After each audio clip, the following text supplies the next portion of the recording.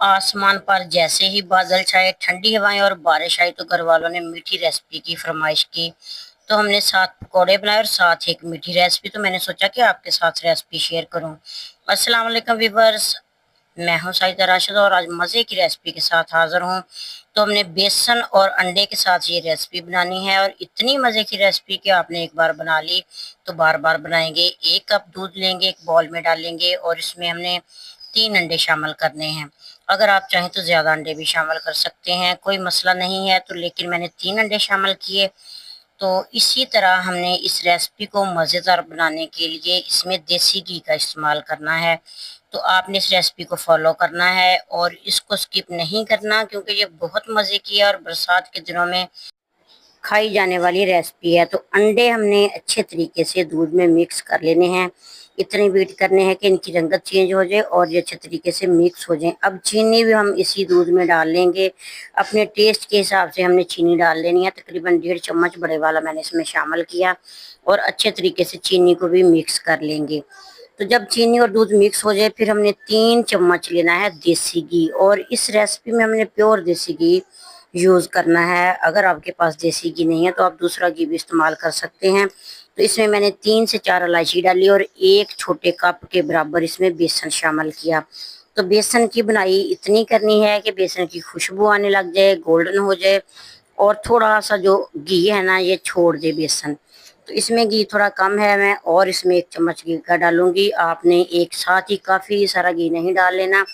फिर वो जब पकती है ना ये वाली रेसिपी, जब ये बनता है ना बेसन और दूध का अंडे का हलवा, तो घी काफ़ी ऊपर आ जाता है। इसलिए मैंने थोड़ा थोड़ा करके इसमें घी ऐड किया।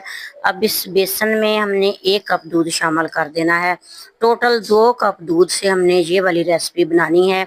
तो 1 कप हमने अंडे में शामिल किया, दूसरा इसमें शामिल किया। जब बेसन थोड़ा सा खुश्क हो जाए फिर इसमें हमने अमेज़ा डालना है, दूध और अंडे वाला और चीनी वाला। तो इसके अंदर थोड़ी सी गुठलियां बन गई ना, आपने बिल्कुल भी परेशान नहीं होना, ये आसानी से मेल्ट हो जाएंगी। चम्मच के साथ इसको मिक्स करें। फिर आप गोल चम्मच ले लें, उसके साथ ये वाला बेसन जो है ना इसको मिक्स कर लें। आंच बिल्कुल ऑफ कर दें। तो इसको पहले मिक्स कर लें अच्छे तरीके से, उसके बाद आंच इसकी तेज़ करनी है, यानी कि चूल्हा जलाना है। ये देखें इस तरीके से ये मिक्स हो गया। आप थोड़ी सी हल्की आंच इसकी चूल्हे की खोल देंगे और इसको ना खुश्क करेंगे। इस दौरान भी अगर आपको लगे कि इसमें घी कम है तो थोड़ा सा घी और डाल लें, ज़्यादा घी बिल्कुल भी नहीं डालना। इस तरीके से आपने ना इसको पकाना है कि ये पैंदे से हट जाए और अच्छे तरीके से इसका मुलायम सा पेस्ट बन जाए। जब अच्छे तरीके से पक जाए फिर इसमें हमने कुछ ड्राई फ्रूट डालने हैं, जैसे कि किशमिश, नारियल और बादाम वगैरह। इस तरह की चीज़ें आप इसमें ना शामिल कर सकते हैं और भी मज़े का ये हो जाएगा इन चीज़ों से। तो अच्छे तरीके से फिर से हमने इसको मिक्स करना है ताकि हलवे के अंदर तक ये सारी चीज़ें चली जाएं।